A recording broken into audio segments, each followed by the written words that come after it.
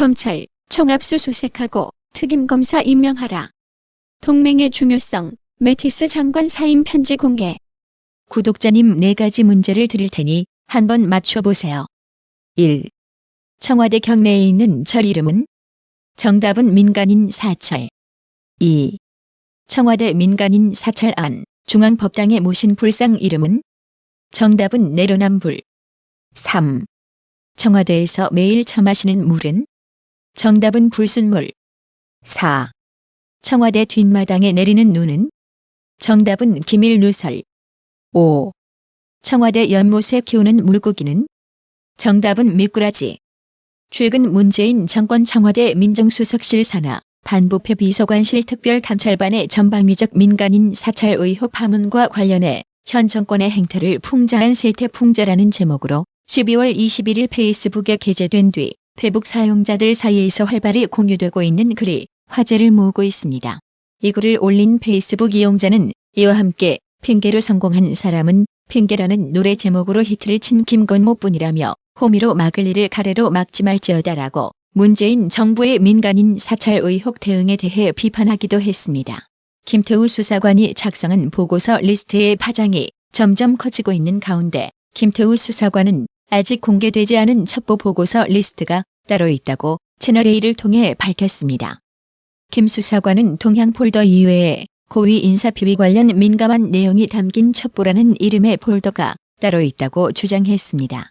12월 24일 김 수사관의 변호를 맡은 석동현 변호사는 서울 강남구에 위치한 자신의 사무실 기자회견에서 민간인 불법 사찰 관련 사건의 수사를 위해 특임 검사를 지명하거나 특별조사단을 설치해야 한다고 주장했습니다.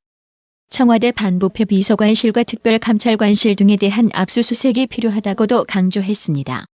석동현 변호사는 사건의 비중이나 사회적 관심, 실체적 진실 규명을 위해 특임 검사를 지명하거나 특별조사단을 설치해 집중적으로 조사해 줄 것을 건의하고 싶다고 했습니다. 그는 이 사건은 경우에 따라서 국회 국정조사나 특별검사에 의한 수사까지 갈 것으로 많은 분들이 말씀하고 있다며 전 정부 시절 특임 검사를 지명한 사례나 현 정부의 특별조사단 사례를 참고해 검찰이 그런 방식으로 수사하는 게 합당하다고 했습니다. 사건의 진원지인 청와대에 대한 압수수색도 필요하다고 했습니다.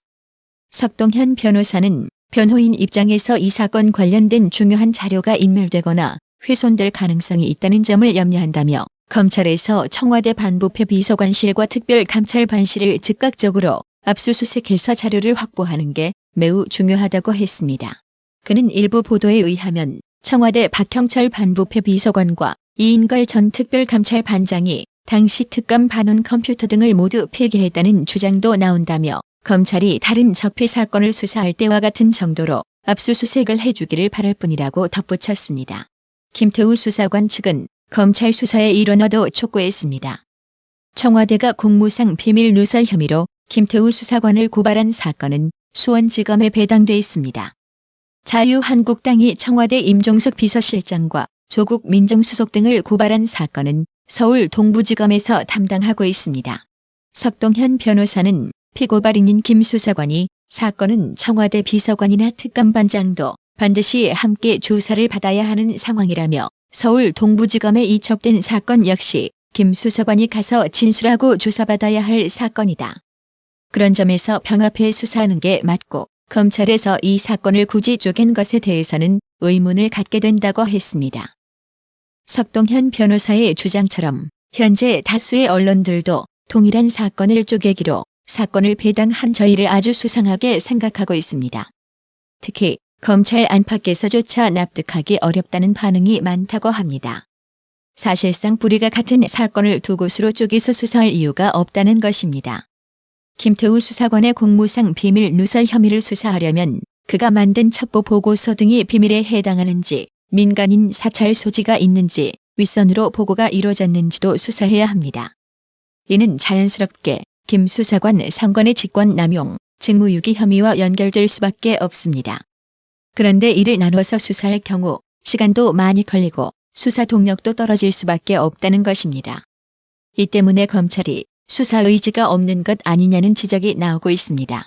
판사 출신 나경원 자유한국당 원내대표는 김태우 수사관 사건을 수원지검, 동부지검, 대검으로 나눠 쪼개기 수사를 하는 것은 검찰의 수사 의지가 전혀 없다는 것을 의미한다며 지금까지 밝혀진 것만으로도 조국 민정수석은 모든 책임을 지고 사퇴해야 마땅하다고 주장하며 몸통은 하나인데 쪼개기 수사하겠다는 것은 수사 의지가 없다는 것이라며 서울중앙지검에 모아서 할 것을 촉구했습니다.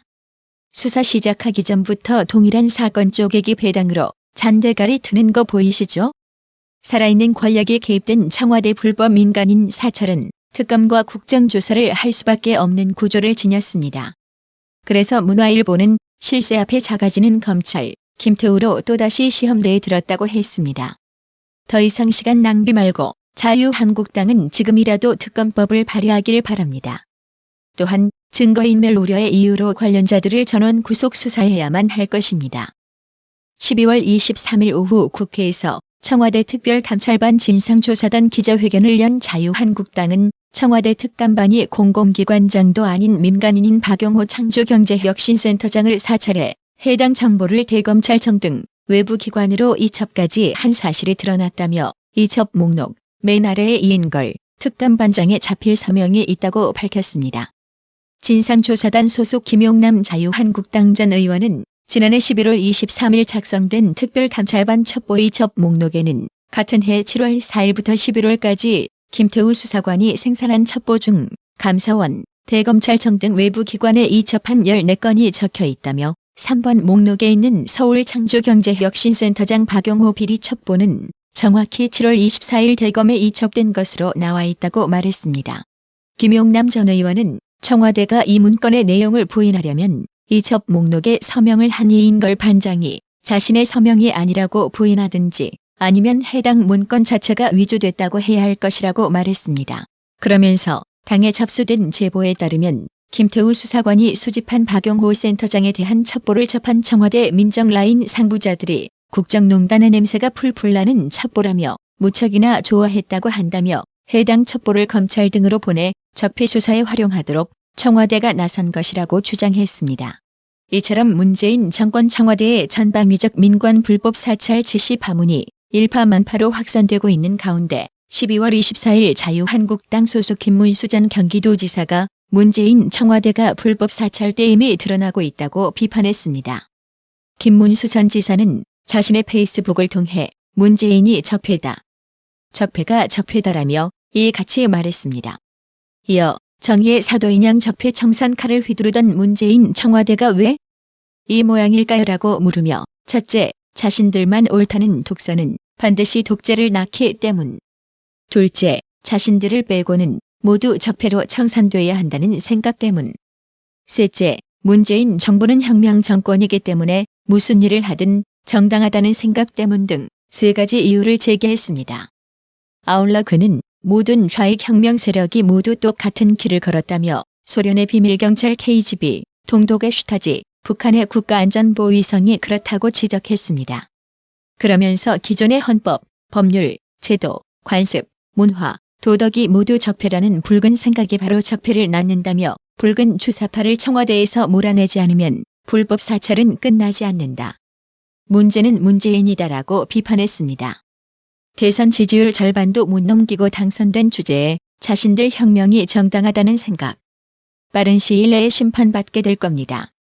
차명진 전 자유한국당 의원도 페이스북을 통해 2012년 4월 문재인 민주당 대통령 후보 민간인 사찰은 대통령 탄핵 대상이다. 2016년 12월 김현 민주당 대변인 국정원 통행보고는 사찰행위다라고 말했던 과거 어록을 게재해놓고는 괴물이라는 제목을 달았습니다. 그동안 트럼프와 여러 갈등을 빚고 있던 제임스 매티스 국방부 장관이 결국 사임했습니다.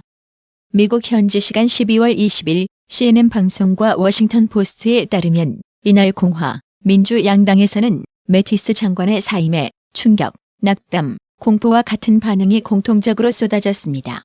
공화당 소속의 벤세스 상원 의원은 매티스의 사임을 가리켜 미국의 슬픈 날이라면서 매티스 장군은 대통령이 들어야 할 조언을 제공해왔다며 안타까워했습니다. 제임스 매티스 장관은 사임하기 전 트럼프와 45분간 면담을 가졌고 사임 서한을 전달했습니다. 트럼프에게 동맹의 중요성을 강조한 매티스 장관의 그 서한이 공개되어 눈길을 모았습니다. 대통령 카카 26번째 국방부 장관으로서 국방부의 직원들과 함께 시민들과 미국의 이상을 지키기 위해 이 나라를 섬길 수 있었던 것은 엄청난 특권이었습니다. 저는 지난 2년간 우리의 국방 정책이 가져온 발전에 대해서도 매우 자랑스럽게 느낍니다. 국방부의 예산 관리는 더욱 투명해졌고 군의 준비 태세 또한 향상되었습니다. 또한 국방부의 더 나은 효율을 위한 사업적 측면에서도 개혁을 이루어냈습니다. 현재 미군은 미국의 영향력을 유지하고 전투에서 승리할 수 있는 데 필요한 역량을 갖추고 있습니다. 제가 늘 갖고 있던 신념들 중 하나는 우리의 진정한 국력은 우리의 동맹국들과의 독특하면서도 포괄적인 관계에서 비롯된다는 것이었습니다. 미국은 자유세계에서 빼놓을 수 없는 국가이지만 우리의 동맹국들과의 신뢰와 존중 없이 미국의 이익을 지킬 수는 없는 것입니다. 저는 대통령 카카의 임기 초부터 미군이 세계의 경찰 역할을 전부 하려고 해서는 안 된다고 말씀드렸습니다. 저는 미군이 미국의 동맹국들에게 리더십을 제시하는 동시에 그들에게 동등한 국방을 제공해야 한다고 생각합니다. 나토의 29개국은 2001년의 9.11 테러 이후부터 미군과 함께 하고 있습니다. ISIS를 물리친 74개국의 연합 또한 저의 구상을 뒷받침한다 하겠습니다. 마찬가지로 저는 미국의 전략적 이익과 충돌하는 국가들에 대해서는 항상 일관되고 단호한 입장을 견지해야 한다고 말씀드렸습니다. 중국과 러시아를 예로 든다면 그들은 세계를 그들의 전제주의적 모델에 따라 재구성하고 싶어 합니다. 그들은 그들이 가진 거부권을 미국 동맹국들의 경제적, 외교적, 안보적 결정을 저해하는 데 사용합니다. 제가 말씀드렸던 동등한 국방이란 이에 대비하기 위한 것입니다. 동맹국들을 존중해야 한다는 저의 관점은 지난 40년간 저희 경험과 동맹국들 및 그들의 적국에 대한 관찰에 의해 확고하게 굳어져 왔습니다. 우리는 미국의 번영과 가치를 위해서라도 국제 질서를 지키기 위해 전력을 다해야 하며 우리의 동맹국들의 결속에 의해서만 강해질 수 있습니다. 카카께서는 카카의 생각에 가까운 관점을 가진 인물을 국방부 장관으로 임명할 권한을 갖고 계십니다. 따라서 저는 지금이 사임할 적절한 시기라고 판단하였습니다. 저는 2019년 2월 28일을 끝으로 국방부 장관 자리에서 물러나고자 하며 그동안 카카께서는 저의 후임자를 찾을 충분한 시간을 가질 수 있을 것입니다. 그렇게 된다면 국방부는 2월에 열릴 의회 청문회와 나토 장관회의에도 충분히 준비할 수 있을 것입니다. 내년 9월에 있을 참모총장 교체 전 2월에 미리 국방부 장관을 교체하는 편이 국방부의 혼란을 막을 수 있다고 생각합니다. 저는 215만 장병들과 국방부에서 근무하는 73만 2,079명의 직원들이 어떠한 혼란도 겪지 않도록 국방부의 안정된 업무 인수를 위해 모든 노력을 다할 것을 약속드립니다. 미국 국민들이 받는 빈틈없는 보호에는 어떠한 차질도 없을 것입니다. 마지막으로 각각의 국가를 위해 헌신하는 모든 사람들과 이 나라를 섬길 기회를 주신 것에 대해 진심으로 감사드립니다.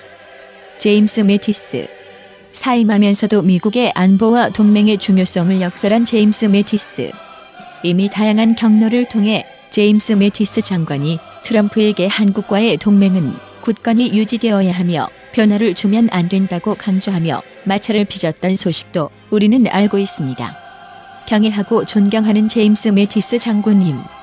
당신을 장관이 아닌 위대한 장군으로 대한민국 국민들 가슴에 기억될 것입니다. 지명영님, 조태영님, 구독료 후원 너무 감사드립니다.